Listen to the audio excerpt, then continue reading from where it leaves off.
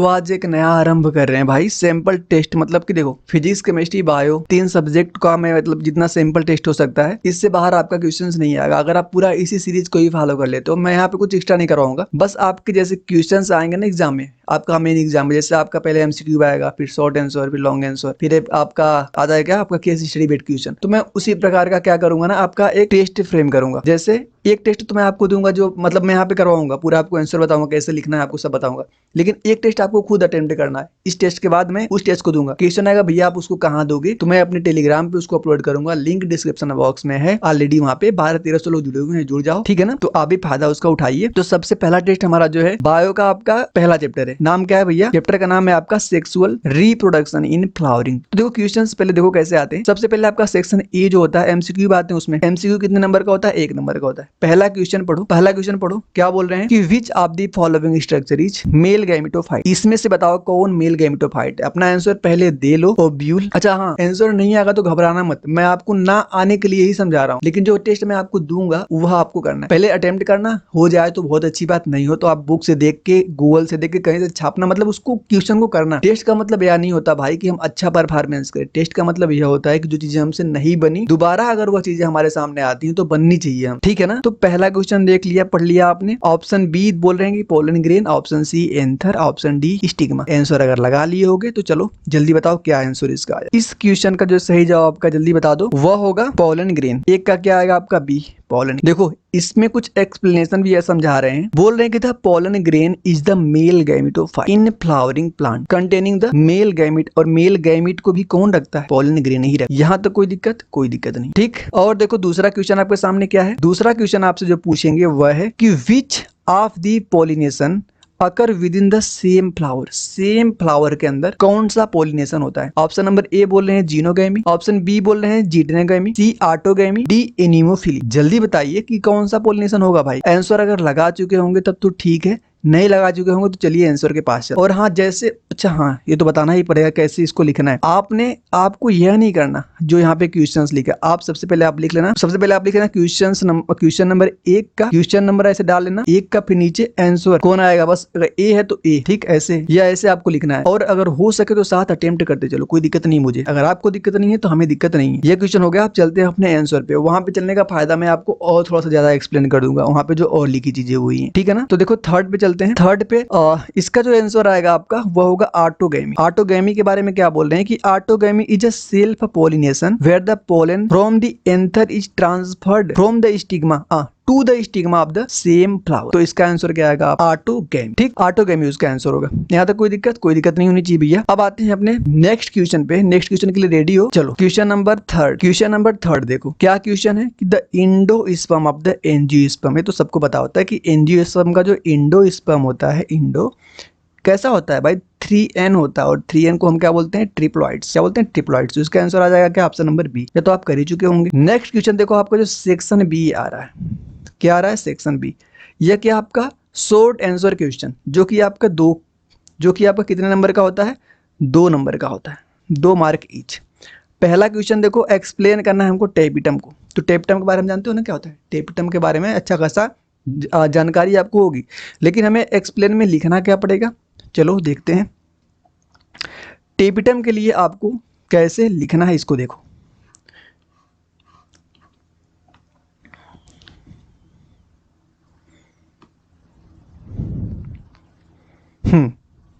देखो role of tapetum.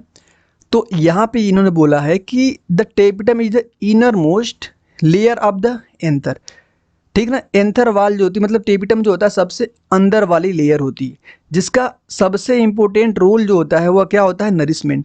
सबसे important role इसका होता है नरिशमेंट, मतलब कि न्यूट्रिशन प्रदान करना, and developments of the pollen grain, ठीक है ना। और पोलन ग्रेन के डेवलपमेंट में हेल्प करना।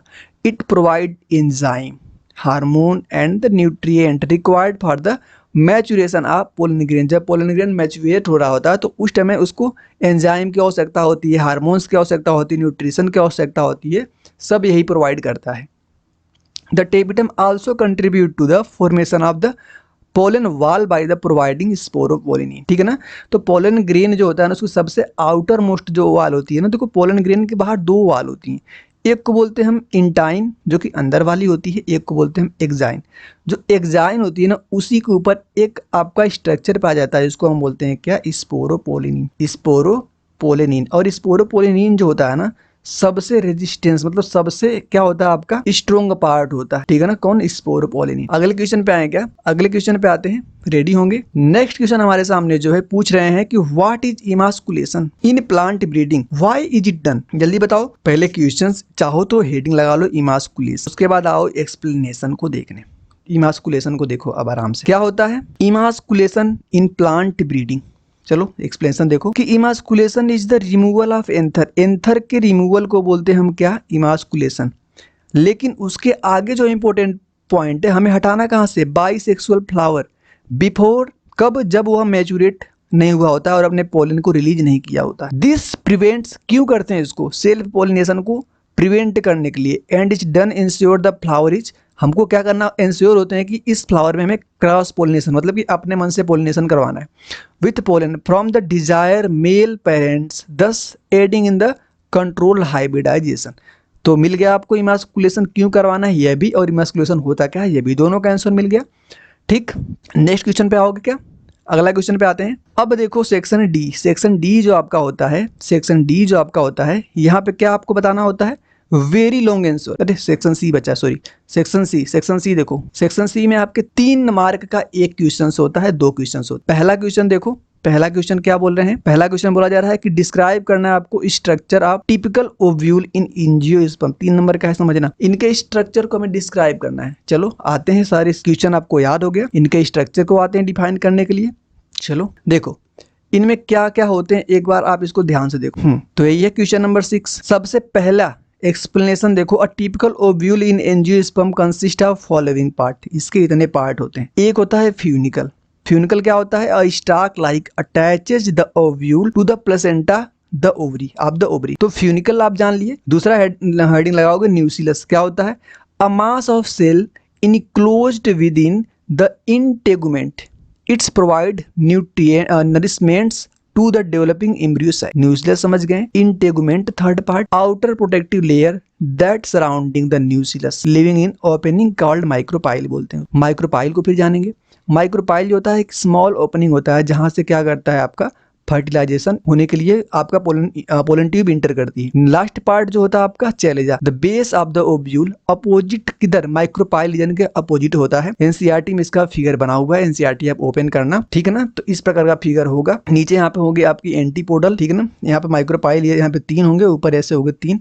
यहाँ पे नीचे 2 सिनर्जिड सेल होती है, बीच में आपका इंडोस्पर्म होता है जो कि 3। भाई देखो, तो आप देखना बाद में, ठीक। लेकिन अभी जो हमने बताया सारी बात यहाँ पे समझ, कोई दिक्कत नहीं है आप तक, नहीं कोई दिक्कत नहीं है। आगे देखो, आगे हमें क्या यहाँ पे जानना है, 7वां पॉइंट, 7वें क्वेश्चन पे आते हैं। 7वें क्वेश्चन पे आने के लिए क्वेश्चन तो पहले पढ़े हमने, क्या क्या देख लिया। तो टेपिटम डिस्क्राइब हो गया, इमास्कुलेशन हो गया, टिपिकल ओव्यूल हो गया।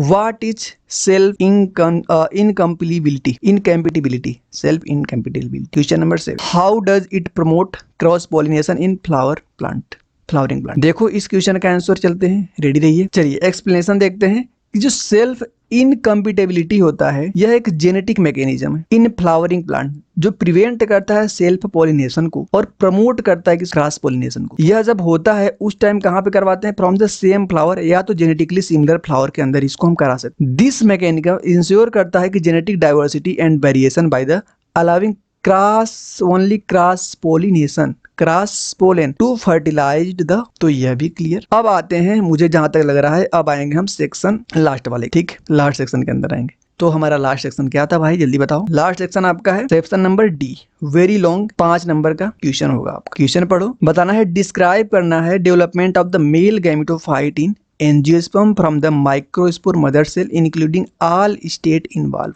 बड़ा सा क्वेश्चन है, इसका सॉल्यूशन देखने के लिए रेडी हो जाइए। क्वेश्चन नंबर 8 समझ आ गया होगा क्वेश्चन आपको। सॉल्यूशन देखो इसका, देखो सेक्शन डी वाला जो था development of the male gametophyte in angiosperm, heading लगाओगे। एक्सप्लेनेशन में देखोगे इसका कि the development of the male gametophyte in angiosperm occur in pollen sac of the anther and involve होता है फॉलोइंग स्टेज के अंदर इन्वॉल्व होती है, जिससे सबसे पहला होता है माइक्रोस्पोरोजेनेसिस। माइक्रोस्पोरोजेनेसिस में क्या होता है कि the process begin with the diploids microspore mother cell, इसको हम MMC बोलते हैं, undergoing meiosis. To produce meiosis के दौरान 4 हेप्लॉइड माइक्रोस्पोर प्रोड्यूस होते हैं। This occur in the pollen sac of the anther. अब बात करेंगे हम फॉर्मेशन ऑफ पोलन ग्रेन की। पोलन ग्रेन का फॉर्मेशन कैसे होता है? ईच माइक्रोस्पोर जो यहाँ पे बना था 4 1 से 4 into the pollen grain. The pollen grain consist of 2 layer. इसके पास 2 लेयर होती है, आउटर जिसको हम एक्साइन बोलते हैं, इनर जिसको हम इंटाइन बोलते हैं। द एक्साइन जो होती है बाहर वाली स्पोरोपोलिन की बनी होती है, विच प्रोवाइड करती है प्रोटेक्शन। पीछे हमने पढ़ा है इसको। Third point, developments of the male gametophyte की बात करेंगे थर्ड में। वो होता है inside each pollen grain the haploid nucleus undergoes mitotic division to form 2 cells. एक लार्ज वेजिटेटिव सेल होती है, जो स्मॉल होती है वो जनरेटिव सेल होती है। The vegetative cell is responsible for the forming, किसके फॉर्मिंग के रिस्पॉन्सिबल होती है? पोलन ट्यूब के। वाइल द जनरेटिव सेल जो होती है डिवाइड करती है for to form 2 male gametophyte, इसको हम स्पर्म सेल भी बोलते हैं। लास्ट पॉइंट जो होता है मैच्योर पोलन ग्रेन की अगर बात करें, the mature pollen grain consist vegetative cell and 2 male gametophyte release from the anther and is ready to pollination. Pollination के रेडी होती है अपॉन द रीचिंग द कहाँ पे? कंपिटेबल स्टिग्मा के ऊपर। द पोलन ग्रेन जर्मिनेट करता है and the pollen tube grow करती है थ्रू द स्टाइल के अंदर, रीच द ओव्यूल के पास रीच करती है एंड द फर्टिलाइज उसके बाद अगर होता है। यहाँ तक कोई दिक्कत? हमने एक टेस्ट दे दिया है, सारा चीज़ आपको समझा दिया, लिखना कैसे विथ हेडिंग सॉल्यूशन के साथ। लेकिन अगर आपको खुद से टेस्ट देना है तो कमेंट करके बताओगे तो मैं आपको प्रोवाइड करवा दूंगा। ठीक है, धन्यवाद भाई।